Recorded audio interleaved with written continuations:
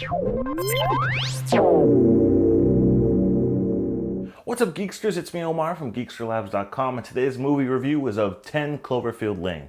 Now, 10 Cloverfield Lane stars Mary Elizabeth Winstead, John Gallagher Jr., and John Goodman. So John Goodman is probably the one actor that you probably recognize in this movie. And this movie is the directorial debut of Dan Trachtenberg.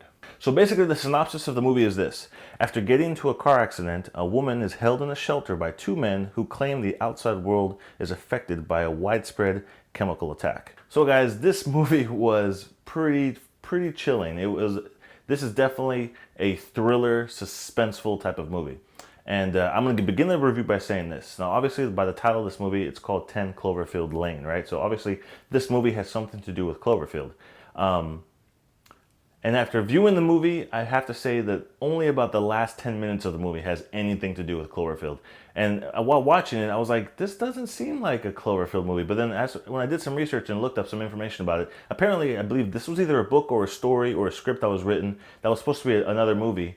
And J.J. Abrams, who was the producer of this movie from his production company, Bad Robot, they got their hands on the script and they decided to tweak it a little bit to make it work with their Cloverfield universe that they're trying to build, I suppose. So if you guys are familiar with the Cloverfield movie, the first movie, a big giant alien monster basically attacks New York, I believe it is, or some city. I can't remember which city it was. So that's basically the premise of the first movie.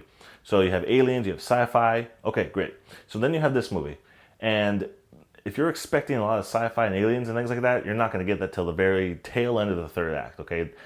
So if that's really what you're looking forward to in regards to this movie, keep that in mind, okay? But even with that being the case, the whole first and second act of this movie was great. This is definitely, I don't know if I would call it a horror film, but it is definitely a thriller, suspenseful, freaky movie. And so, like I said, the character, you're basically going through this movie following the woman, the girl. And she basically wakes up and she's not sure what is going on. She's in this bunker.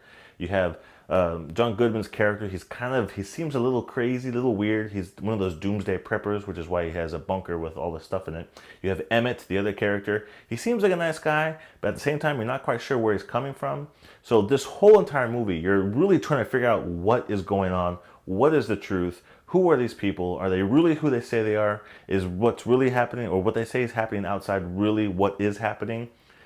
And Dan Trachtenberg, he did a great job in the way he put this movie together. The suspense, the quiet moments, the long takes really build up the suspense throughout the movie. You know, there is only maybe like 2 stupid jump scares, but throughout the whole movie, there's times when you're sitting in there and and you're not quite sure what's going to happen. Like I said, John Goodman's character, he's kind of has a short fuse and he gets angry pretty easily. So there's times when you're like, oh my God, is he gonna freak out? Like what's gonna happen? Like, so he did a really good job of directing this movie. The suspense was really awesome. I really enjoyed it.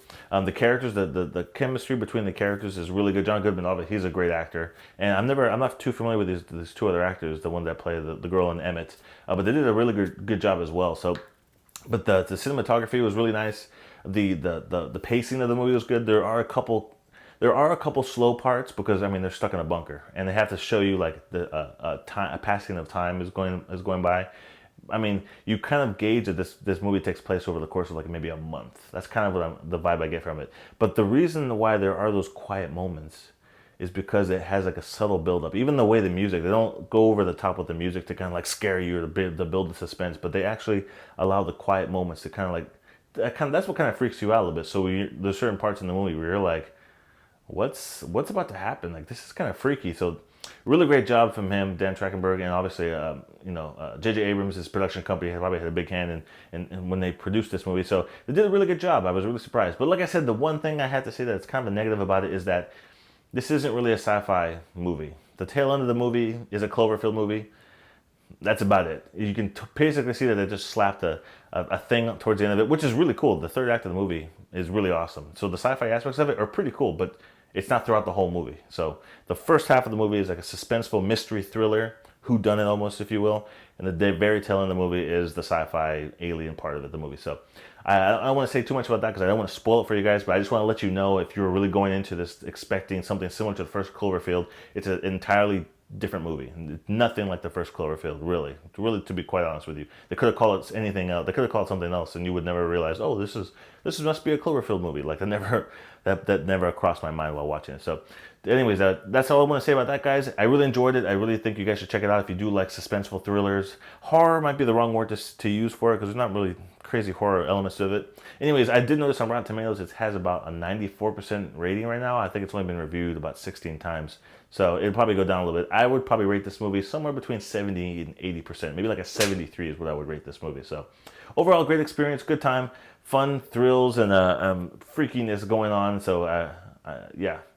Definitely something I recommend you guys checking it out. So anyways, guys, that's it for me today. If you have any questions about this movie or if you saw this movie yourself, let me know what you think about it. Put in the comment section below. If you enjoyed this video, make sure you give it a thumbs up and share it with your friends. And if you want to stay up to date with all of my reviews, make sure you subscribe to my YouTube channel. And I'll see you guys in the next video review.